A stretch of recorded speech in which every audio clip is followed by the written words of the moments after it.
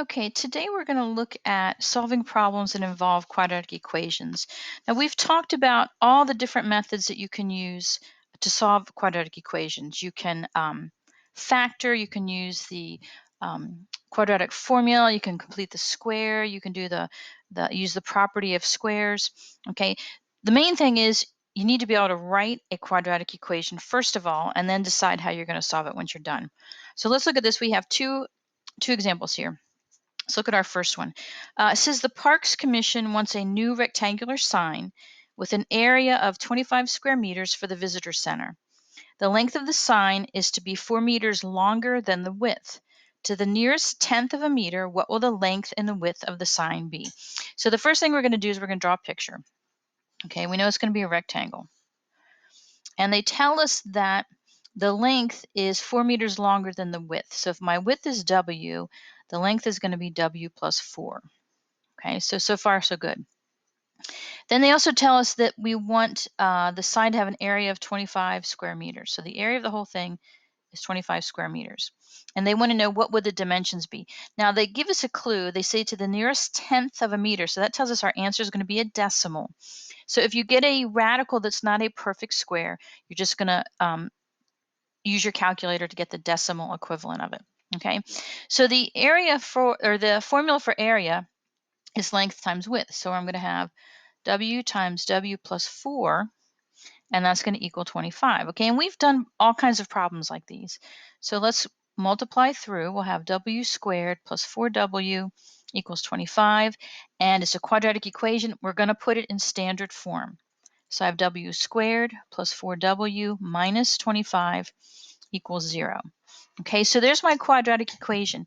Now I just have to decide, how do I want to solve this? I can try factoring.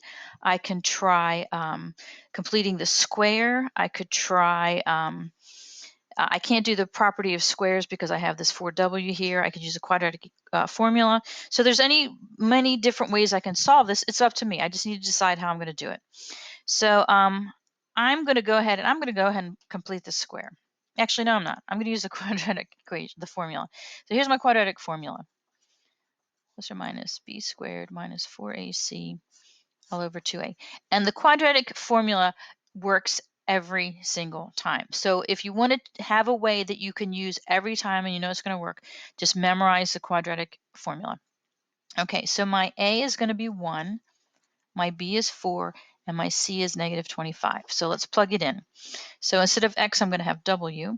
So w is equal to the opposite of b, so that's negative 4, plus or minus the square root of b squared, so that's 16, minus 4 times 1 times negative 25 all over 2 times 1.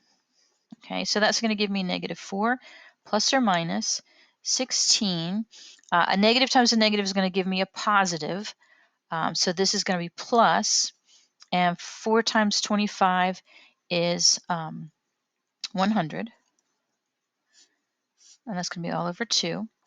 And so I have negative 4 plus or minus the square root of 116 over 2.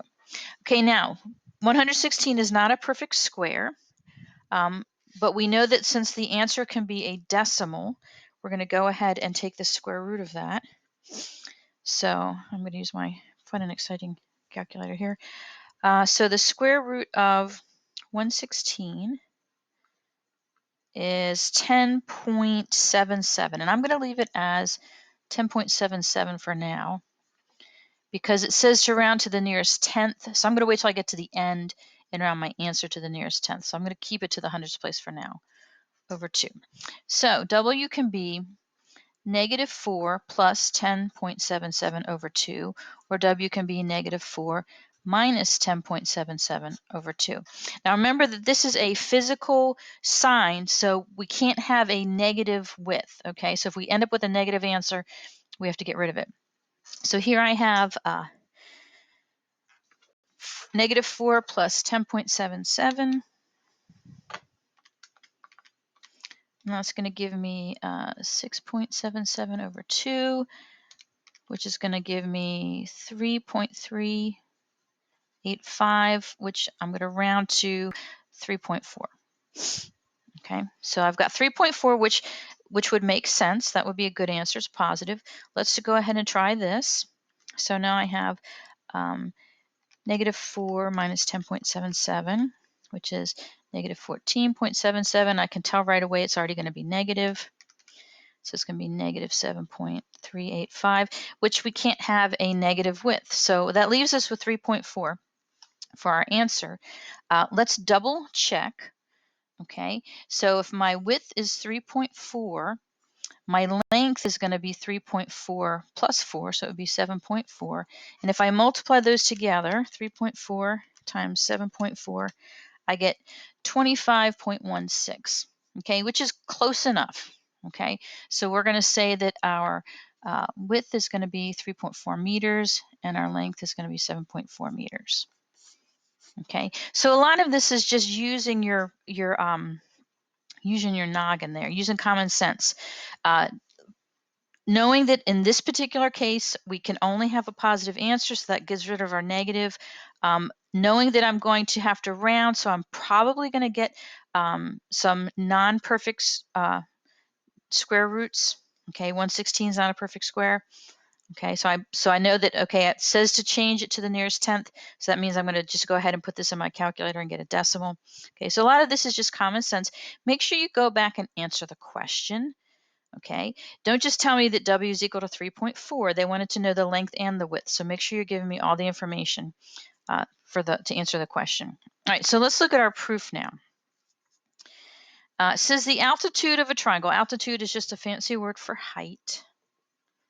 The altitude of a triangle measures 2 centimeters less than twice the length of the base. If the triangle has an area of 6 square centimeters, find the length of the base and the altitude. So here's my base. Here's my altitude.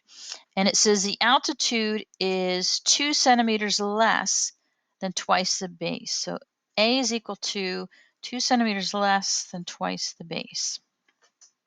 Okay, so we're going to basically substitute this in for A. So the formula for the area is the altitude times the base divided by 2. They tell us that the area is 6. The altitude, we're going to substitute in 2b minus 2 and multiply that times the base and divide the whole thing by 2. So let's go ahead and simplify this. We're solving for b in this case, and they want the base and the altitude. So once we find b, we're going to plug it back here and get a. Okay, so let's see. We're going to distribute here.